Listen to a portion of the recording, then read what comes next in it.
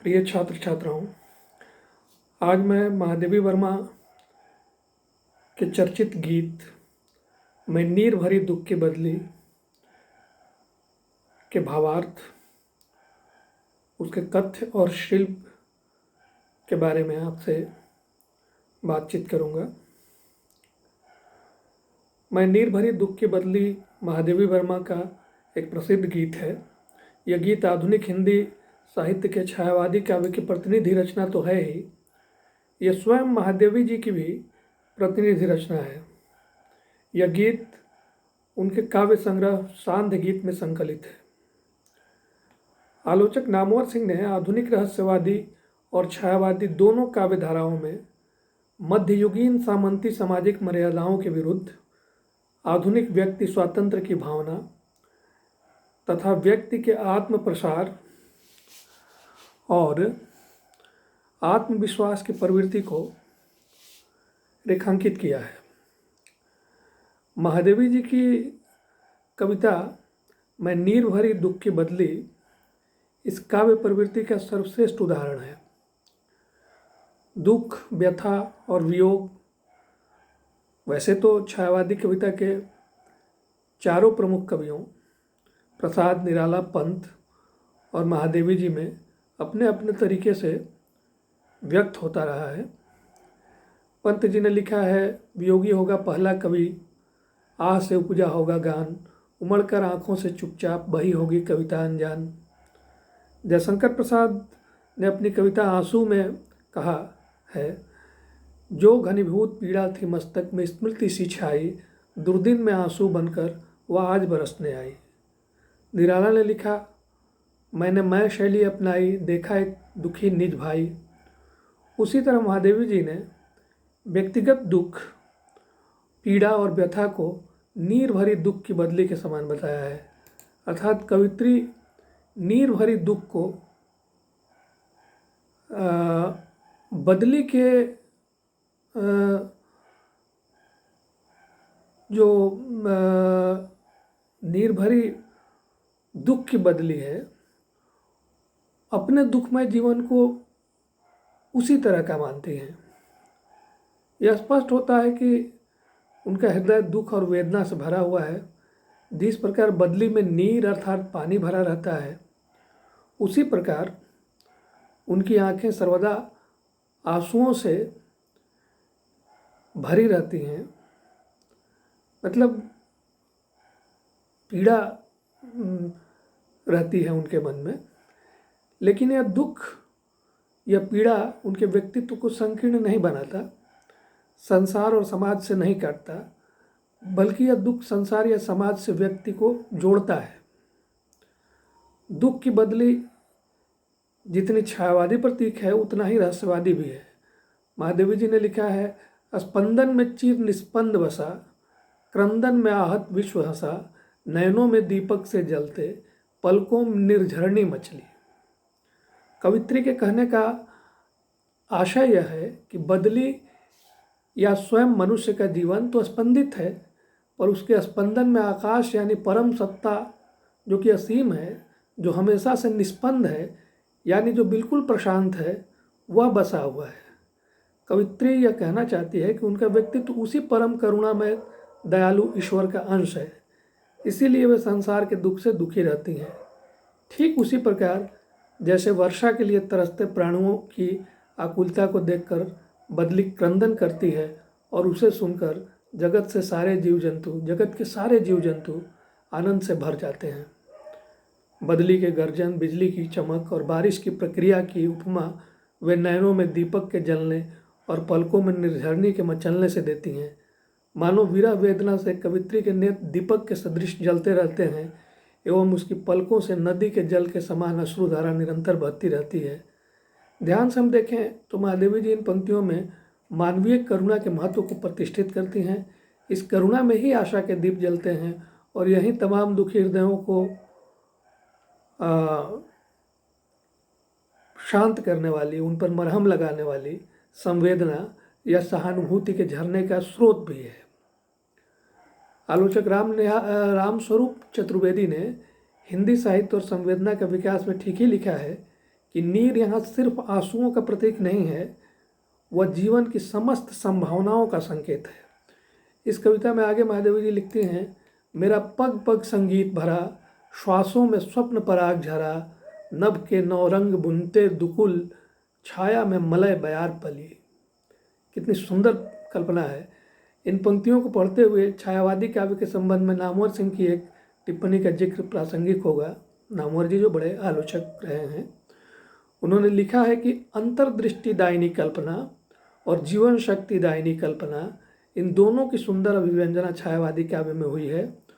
उपरोक्त काव्य पंक्तियों में महादेवी जी ने बदली की जगह स्वयं को रखकर अद्भुत कल्पना की है कि उनके जीवन में पग पग पर संगीत भरा है, अर्थात जीवन संगीतमय है।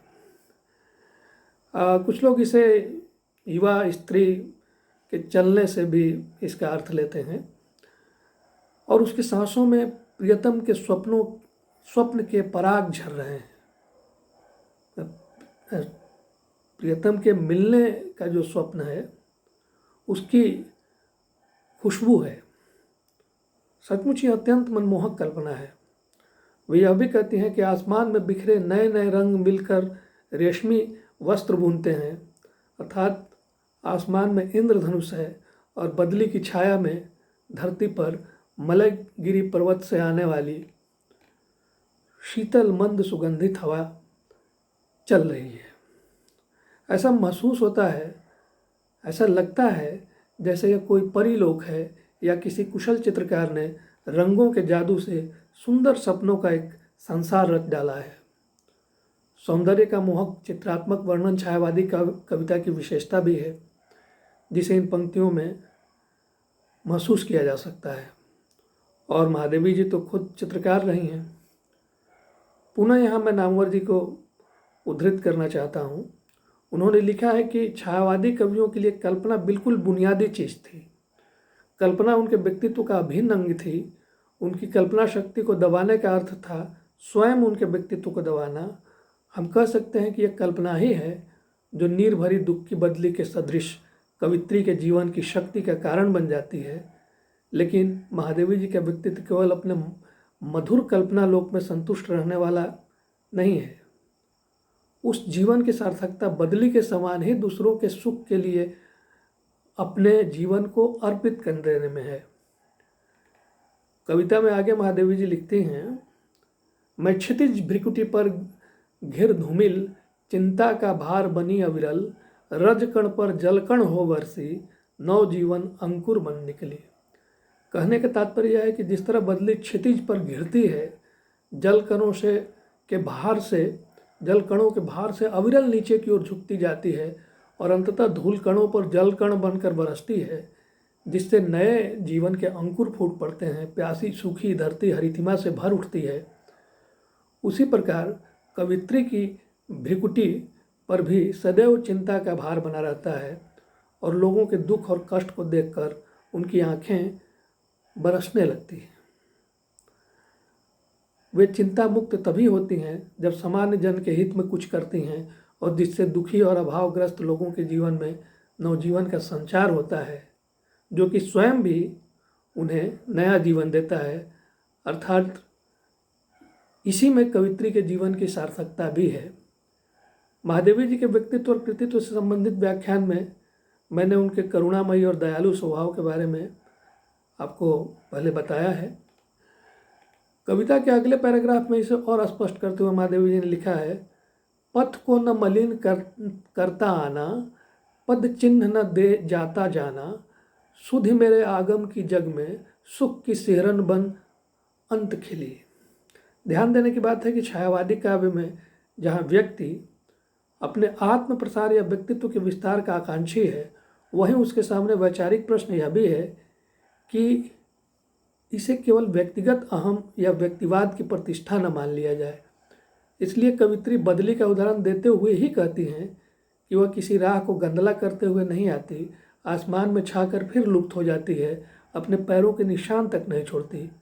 बस उसके आने की स्मृति ही संसार में रहती है, जो लोगों के हृदय में आनंद और उल्लास के सिहरन की तरह रह रह कर उत्पन्न होती रहती है। महादेवी जी ने एक तरह से अपना जीवन दर्शन भी रखा है और छायावादी काव्य पर व्यक्तिवादी होने के आरोप का उत्तर भी दिया है। जीवन दर्शन यह है कि उनका जीवन भले ही दुखों से भरा है, पर वह किसी और के लिए दुखदायी नहीं है, बल्कि वह तो उस नीर भरी बदली की तरह है जिसका सहज स्वभाव ही बरसना और धरती तथा धरती के तमाम प्राणियों को सुख पहुंचाना है। कहने का तात्पर्य यह है कि छायावादी कवि की व्यक्तिकता समाज विरोधी नहीं है, बल्कि वैयक्तिक होने के बावजूद उनकी कविता समाज के लिए उपयोगी है। वह कृत्रिम नहीं है, बल्कि बिल्कुल प्राकृतिक है, सहज है। कम से कम महादेवी जी के इस गीत के बारे में तो कहा ही जा सकता है, वह किसी पथ को मलिन नहीं करती और न ही किसी पथ में अपने अस्तित्व या महानता की छाप छोड़ने की उनकी कोई अतिरिक्त लालसा है, जैसा इतिहास में होता रहा है। कविता के अंत में कवित्री ने लिखा है, विस्तृत नभ का कोई कोना, मेरा न कभी अपना होना, परिचय इतना, इतिहास यही, उमड़ी कल थी, मिट आज चली। इन पंक्तियों में स्त्री जीवन की पीड़ा का भी अनुभव किया जा सकता है। कवित्री की तो कम से कम एक बौद्धिक पहचान भी है, पर कविता के अंत आते आते एक कवित्री व्यक्ति की यह पीड़ा सारी भारतीय स्त्रियों की पीड़ा बन जाती है, जिनका जीवन घर परिवार और समाज के लिए होम हो जाता है, पर अपना निजी कुछ नहीं होता। विस्तृत आसमान में कोई भी कोना उनके लिए कभी भी अपना न होना, यह एक बड़ी विडंबना है। यहाँ कविता रहस्यवाद और छायावाद के घेरे से बाहर निकलकर आधुनिक स्त्री के जीवन प्रश्न से जुड़ जाती है। हालांकि महादेवी जी की कविता में उसने परंपरागत स्त्री के त्याग और समर्पण का पताका ही उठा रखा है। कविता में जो भाव व्यक्त हुए हैं उसके अनुसार जिस प्रकार विस्तृत आकाश में बदली के लिए कभी भी कोई अपना कोना नहीं होता, वैसे ही स्थिति समाज में स्त्री की है। उसका परिचय और इतिहास केवल इतना है कि जैसे बदली उमड़ती है और देखते देखते फिर गायब हो जाती है, उसी तरह उसका पूरा अस्तित्व समाज और परिवार के काम आ जाता है।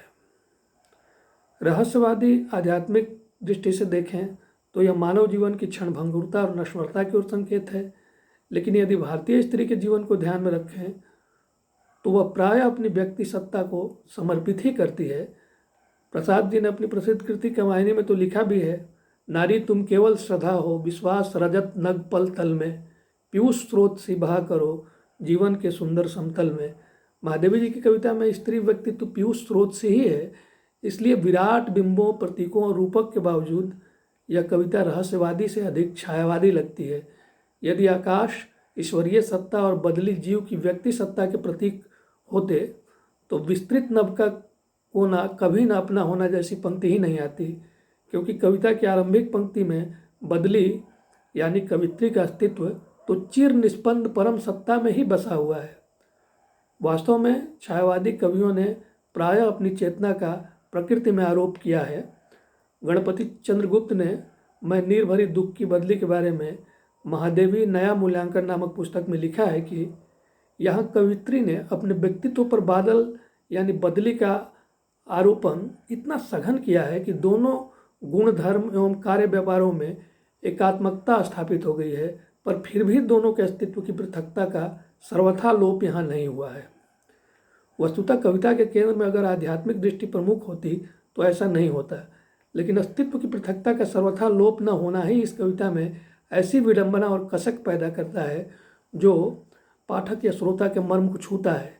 यह कविता रहस्यवाद से शुरू होकर छायावादी सौंदर्यबोध से होते हुए सामाजिक आदर्शों या मर्यादाओं के घेरे में व्यक्ति सत्ता के अस्तित्व के प्रश्न को उठाती है और समाज या मनुष्यता के लिए जीवन को अर्पित करने की सार्थकता को स्थापित करती है। महादेवी जी के इस गीत में खड़ी बोली हिंदी का तत्सम प्रधान रूप ही प्रयुक्त हुआ है, जैसा कि उनकी कविताओं की विशेषता है, पर वह प्राय क्लिष्ट नहीं है बल्कि कोमल और सरल है। महादेवी जी के गीतों की भाषा बड़ी प्रांजल, संस्कृत गर्भित और भावनुकूल होती है। यह पूरा गीत मानवीकरण का सुंदर उदाहरण है। रूपक, उपमा, पुनरुक्ति, प्रकाश, अनुप्रास और विशेषण, विपर्यय आदि अलंकारों की छटा भी इसमें जहाँ तहाँ दिखाई पड़ती है। इसमें लक्षणा और व्यंजना शब्द शक्तियों का सुंदर प्रयोग किया गया है। इस गीत में काव्यार्थ दो स्तरों पर साथ साथ खुलता है। सौंदर्य संबंधी कुछ कल्पनाएं बहुत आकर्षक हैं, जैसे श्वासों से स्वप्न पराग झरा, नवजीवन अंकुर बन निकली, नभ के नौरंग बुनते दुकुल आदि। भावानुकूल शब्दों का चयन महादेवी जी की विशेषता है। गेयता, नाद, माधुर्य, लघु छंद आदि भी इस गीत की शिल्पगत विशेषता है। यह गीत वियोग श्रृंगार का उदाहरण है। कथ्य और शिल्प दोनों की दृष्टि से महादेवी जी का यह गीत श्रेष्ठ छायावादी काव्य का उदाहरण है।